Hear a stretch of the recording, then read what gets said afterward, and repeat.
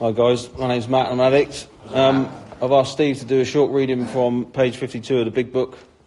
Yeah, Steve had it. Steve. It's what we call the devils. We were having trouble with personal relationships. We could not control our emotional natures. We were a prey to misery and depression. We couldn't make a living. We had a feeling of uselessness. We were full of fear. We were unhappy. We couldn't seem to be a real help to other people. Thanks, Steve. I love that reading just because that's how I felt when I walked in the door, Cocaine Anonymous. But the other day I was listening to a podcast and it was these guys and they were talking about, I think he was like a scientist or something, and they were saying that the odds of being born is like 1 in 400 trillion. And I was like, wow. And immediately I thought, that's got to be, he's got to be lying. So I Googled it, and it turns out there's lots of scientists that do say that. So we're all miracles just to be born in the first place, and it's like, what are you going to do with it while you're here, Because if you suffer from this illness, then you've got 3 options, really. One, the first one being, which is my least favourite one, is death, because ultimately that's what this illness will do to you if you carry on. If not, option 2, a lifetime of misery and suffering, which is where I was. And 3, get on board with this stuff, and have a brilliant life. And I chose option 3, as just as many other people in here have. And my life is unbelievably better as a result of it. I got in the service, got a sponsor, I went through the 12 steps. I continued to work and rework the steps with my sponsor. That's all I've done. And I'm still here. And that is, that's the only reason I'm sat here. I'm no different to anyone else. I've just been through the 12 steps and I've stayed sober. So I end up sitting here and telling you what I've done. And I'll tell you what it was like for me. I just jumped straight to about 13 years old. I haven't got any traumatic childhood stuff to tell you, really. I come from a family of love. Everything was great. My sister, my cousin, spent a lot of time with him. And I suppose that's where it started, at family parties, It'd always be like rolling up a spliff and we'd be like leaving the house or leaving the venue to go and have, smoke some weed. And, I'd just ask my mum to drop me off at school like an hour and a half early. So why do you want to get so early? I just wanted to get around the back of the garages, just where we was all smoking weed, before school. I was in year 9, so I think I must have been 13. Smoking spliffs, lungos, shotties, buckets before school. It's not normal. I've got a son who's 14, and I know for a fact he's not doing it. But I look at him thinking, wow, I was, younger than you, and I was up to those sort of things. And although there was a small group of us doing it at school, I just assumed everyone was doing it, So it was weed, You always hear these people, it's a gateway drug. Maybe it is, maybe it isn't. Maybe I was destined to always end up like this. I don't know. I don't believe I was born with it. And I know I hear that a lot. I don't believe I was. I think, I was quite happy. So, weed. Then, obviously, pills come along. And I see my cousin doing pills. And I said to him, I want to do pills. He's like, you're not doing pills without me. So I was like, all right, then let's get pilled up this weekend. So we did, so I remember first time I took pills, absolutely great. And that was my life for a long time, just getting pilled up at the weekend, stomping the streets, telling my mum I was staying around someone else's house, just smoking loads of weed and doing loads of pills. And that was just listening to loads of drum and bass. And then July 17th, 2004, is when my life just took a massive it just fell off a cliff, really. Where I thought my life was going, even though I was only young, I was 15 at this point, and I was at a festival called NAS, I think, in Shepton Mallet, down there somewhere. In Andy C, listened, just in the rave, and I felt really weird. It was about 11 o'clock at night, and I felt really strange, and I was like, I need to get out of here. And I went and sat down on this bit of grass, and my mate was like, what's wrong? I was like, I don't know, I just feel fucking weird. And I went back to the campsite, and then in the morning, one of my mate's dads come into the campsite. I don't know how he got his car in there, but I don't know, he drove in. He's like, where's Matt? Where's Matt? He's like, I need to tell you that your cousin died last night in a car accident. And, fucking emptied me out of everything I ever had. Any feeling I had inside of me was gone. And, we had all these plans together. We'd done so much together, and, we was gonna, like, I can't even describe the feeling to you. I know for a fact people in there have lost people really close to them, and it just emptied me of anything I ever had. And I already had drink and drugs. I knew how to change the way I felt. So that was it. For me, it was like an excuse. Whether or not it be an excuse, it was the only way that I could deal with it at that age. So I can't really remember a couple of years after that, but I remember just losing a lot of friends, committing a lot of petty crime, just being a bit of a dick. And I just believe, it talks about in the book about crossing a line, and I believe I crossed the line from that age. There was a lot of friends, I used to go out with them, and they, although they would use, they wouldn't drink and use like I did. They'd be rolling around on the floor after 2 pills, and I'd be like, well, look at that pilled up idiot. I've eaten 8, and it's the difference is like they all went home and they could all say, I've had enough now, and I don't have an off switch. When I get going, I don't know when I'm going to stop. And it just went on like that for many years. I had two children, beautiful children, and I was only 19 when my son was born, and I remember I just wasn't ready to settle down at 19. I was in full flight from reality, as they talk about in the book. I just wanted to be out doing stuff, just at it, just whatever it was. I just, although that he was the most beautiful thing in the world, my head was somewhere else. Like I was in the grips of addiction. Anyway, and that relationship ended anyway, and I moved back to my mum, just drinking every night, and all that sort of stuff. And I always worked. I say I always worked. I've got an apprenticeship at 16. I've got a trade. Always going to work. Mondays off, Fridays off. That was pretty standard. And then it gets to a point with my trade, you can only work for so many companies. They all talk to each other. Everyone knows everyone. Everyone sort of works with each other. And you can only be sacked from so many of them around this area. And I did. Although I was very good at my job, you're no good to fucking anyone if you're chatting shit in someone's kitchen for 3 days. You're not at work. That's where I was. That's the truth of it. And so eventually, I remember people saying to me like, you got a problem, and I was like, fucking hell, you're not in my room with me on my own. And so you think that I've got a problem? You don't see me that much. It was always a lot worse than what people could see, because I used to use most of the time on my own. When I used to go out and they say, oh, you're a fucking nightmare. So they used to go home. I used to go home, but I didn't used to stop. It was. I lived in the end. I'd been sat, like I said, I'd lost all my work and all my opportunities to go to work. So I was in this little rented room. I turned it into a crack den, and then I might tidy it when I got sober after a few days, and then it'd be a crack den again within hours. And I was in this little room, and I remember the psychosis is absolutely chaos. I'm like cracking balloons under my bed covers, doing balloons and fucking smoking crack, and then looking out the window thinking everyone's coming to get me. And it just took me, it just broke me. I remember just led there some nights thinking, I just don't even care if I don't wake up in the morning.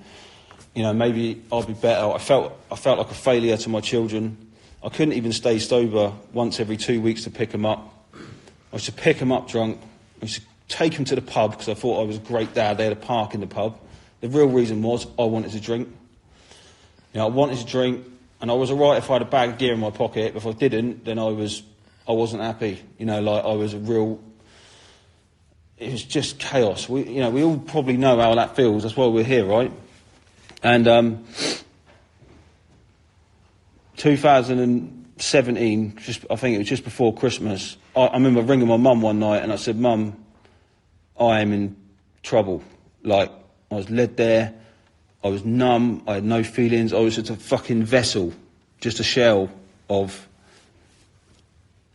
you know, like, I remember even when I was smoking crack, I used to think I am destined for great things. I honestly thought that when I was on the pipe, yeah? Because I knew that I was destined for great things, but I was so stuck, like I just didn't know how I was going to achieve them. And that sounds ridiculous, but I knew that I was, you know. Anyway, my mum, bless her, I phoned her up and said, Mum, I'm absolutely, you know, I'm in a lot of trouble here. And she's like, I want help. She's like, I'm so pleased you called me and asked me. I've been wanting to help you for years. And so she paid for me to go to a rehab in Thailand. And I remember thinking, you know, this is the one. It looked beautiful in the pictures, and it was. It actually was. And I remember I got blind drunk on the plane on the way over there, causing chaos on the plane. They picked me up. I cried like a little baby when they picked me up from the airport. I cried all the way to the rehab. They put me in this rehab and they chucked me in a room for about 3 days to sober up. And then they put me into this treatment centre. And it was like everyone had these villas and swimming pools and tennis courts and nice big Thai like buildings and like 3-course meals, full buffet. I thought, this is fucking brilliant. And then they're like, right, this is your timetable. It's a bit like school, right? They give you like Monday, Tuesday, Wednesday. They give you all like your lessons and that. First lesson, process group. I can't remember if it's process group or whatever. I think it was like the first session where, like an educational session, he went, Matt, you can never safely drink or take drugs ever again in your life. I was like, what? I thought I'd be able to come out and successfully get on it, like every few months or something. That was my mentality on the plane on the way over there. I honestly thought they were going to help me control my using. That's how far gone I was. Like, and that, I felt like someone had died all over again for me personally. It was like my best friend that's always been there for me, that's caused me nothing but damage, you know, is now died. But I felt like my world had ended. So I spent 2 months in there thinking about that, and my head's going, well, that time on the plane, you know, we didn't know that was our last time. So that was like, you know, I learned a lot in there. It opened my eyes. We all end up here anyway, so you don't have to go to rehab, because when you get out, you'll only be here anyway. So save yourself some money and just stick around here. And, you know, it was an eye-opener in there. I came out, I went to one meeting, straight away went to a meeting on the day I got out, had a suntan, you know, 60 days clean, thought I was cured, went to a meeting, and it wasn't the Mother Fellowship, it wasn't this one, it was the other one. It was, yeah, it was just, nah, if you get that, I've got it overread. And at the end, they said, is there anyone willing and able to sponsor? Please raise your hand. And no one raised their hand. Like, no one. I thought, oh, this is good, isn't it? You know, I'm going to get well here, aren't I? You know, who's going to help me? And there was a guy there, and he went, come with me tomorrow night. You know, come to CA tomorrow night. So that's what I've done. I went to the Tuesday night meeting. That became my home group for a couple of years. Sat in there for about 6-7 months, not willing to do anything. I thought if I could sit next to someone, it might rub off, or if I could just look at the steps long enough, you know, I might take it in or go through them without actually putting the action in. And I did. I sat there very sick for a long time. And eventually, I was using again. I was using again for about another 7-8 months. And then in September, I was, you know, I'd had enough. I was beaten into a state of reasonableness, as they call it, that I was willing to do whatever it took to get well. And I mean whatever. Like, I would have done anything. And I was sat in the bottom of the David Lloyd gym. I wasn't there to train because I was like just a skinny, quivering mess. I just went there because I didn't want to smoke crack on my own. And I went there, I was sat there in the bottom of the gym, and this guy from the meters walked past me. He went, "You all right?" And he went, "You don't look all right." And he said, "Are you willing to do what it takes?" And I just went, "Yeah." And from then, we opened up the big book of Alcoholics Anonymous. which is its primary purpose is to get you connected to a power greater than yourself, whether or not you like that or not. That is the truth of it. At the time, I didn't care. That's not what I come in here looking for. I just wanted to stop taking drink or drugs. That was my ultimate goal. And we started the book, and ever since we opened the book, I haven't used since. It's been over 5 years. And my life, within a couple of months, I'm telling you, I can't describe to you. I used to go to bed thinking, if I don't wake up, it doesn't matter. I used to go to bed after about 2 to 3 months, somewhere between step 4 and step 9, something happened to me, and I can't explain it in words. I don't know. Something happened. I remember writing down my step 4. I think it must have been like 10 or 11 lines on this page. I had 5 pages on one girl. 5 pages. I didn't think I was resentful.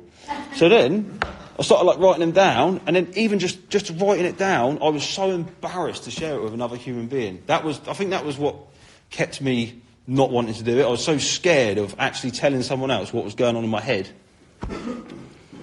And so I did. I done it, and then I went and shared it with him. I think it must have taken me about 2 months to get to that, because we went through all the chapters, line by line, page by page, highlighted it all, understood it all. I had to understand what he was telling me, because he's like, if you don't understand this, how can you carry this to someone else? You need to understand this. So it was a bit like I took it really seriously. And then somewhere between step 4 and step 9, I was going to bed looking forward to the next day. And I was like, what the fuck's going on here? I was actually started to think a little bit about the future.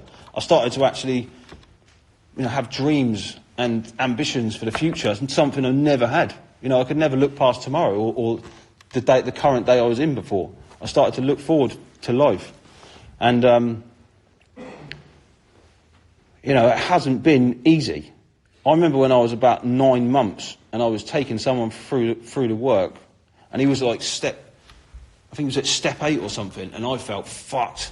And I was thinking, and I just wanted to use. Honestly, I'll be honest with you, I wanted to use. And I was like, you're going to come around and finish this fucking work or what? Because I want to use. And he helped me stay sober. Essentially, come round, we had a great session. About 2 days later, I was like, fucking, I can't believe 2 days ago I wanted to use. But we help each other in here. I have a connection with a power greater than myself. I call it God. I'm not religious. I don't know if it's Jesus Christ. I don't know if it's the Buddha. I don't know if it's whatever it is. I don't need to know. It's a God of my understanding, which I don't understand. I don't need to. I wake up in the morning. I get on my knees and pray. I have a piss first, because I always need to do that first. Then I pray, because I'm reminding myself. It's almost like I'm doing 1, 2, and 3 in the morning just by praying. So I'm admitting I need help. I'm powerless. I'm on my knees. I believe in a power greater than myself in step 2. God, give me some help. Can I live to your principles today? Please give me the power to carry that out. That sort of stuff. To me, that's like step 1, 2, and 3 straight away before I've opened my eyes. It just reminds me that I'm in recovery. Some days, I might go and make a drink downstairs, and fuck, I haven't prayed. I'm straight back upstairs. I don't know if it's that for me is how it has to be. It was drummed into me very early. Be a part of the fellowship. Get there early. Get a service commitment. Yeah? Very important to be a part of service. If someone asks you to take them through the work, do it. Ring people. You don't have to be friends with everyone. I remember when I come in here, I think you lot was trying to turn me into Jesus. So it was a bit too much for me too soon. All these principles. I was worried about cracking jokes in front of people just in case it hurts their feelings. But that's my sense of humour. Just take the piss out of people. But then I was starting to have to realise maybe you can't do that. It just externally everything got better. I went and got a job back with one of the people that sacked me. Went and worked for them. Through that, went and worked for this other company, got promoted, and then worked for this other. All those external things got better. I got my driving licence back. I didn't have a job, a driving licence, anywhere to live. I had nothing when I come into this fellowship. I've got all of those things back. But more importantly, what I have got back is like a peace of mind and hope. Faith. For the future. I've got those things back in my life today, and trying to explain to some people that are new here, I know you probably just think, well, bollocks, like, I don't believe you. I don't blame you. I felt the same. I used to sit there and look at people thinking, he's talking shit. And I can't give you what I have because I worked for it. So go and get your own experience.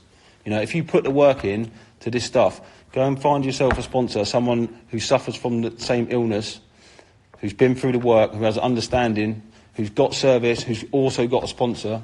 You know, find yourself someone like that and just do what he says. That's all you need to do. Just do as you're told for once in your life. And that's all I've done.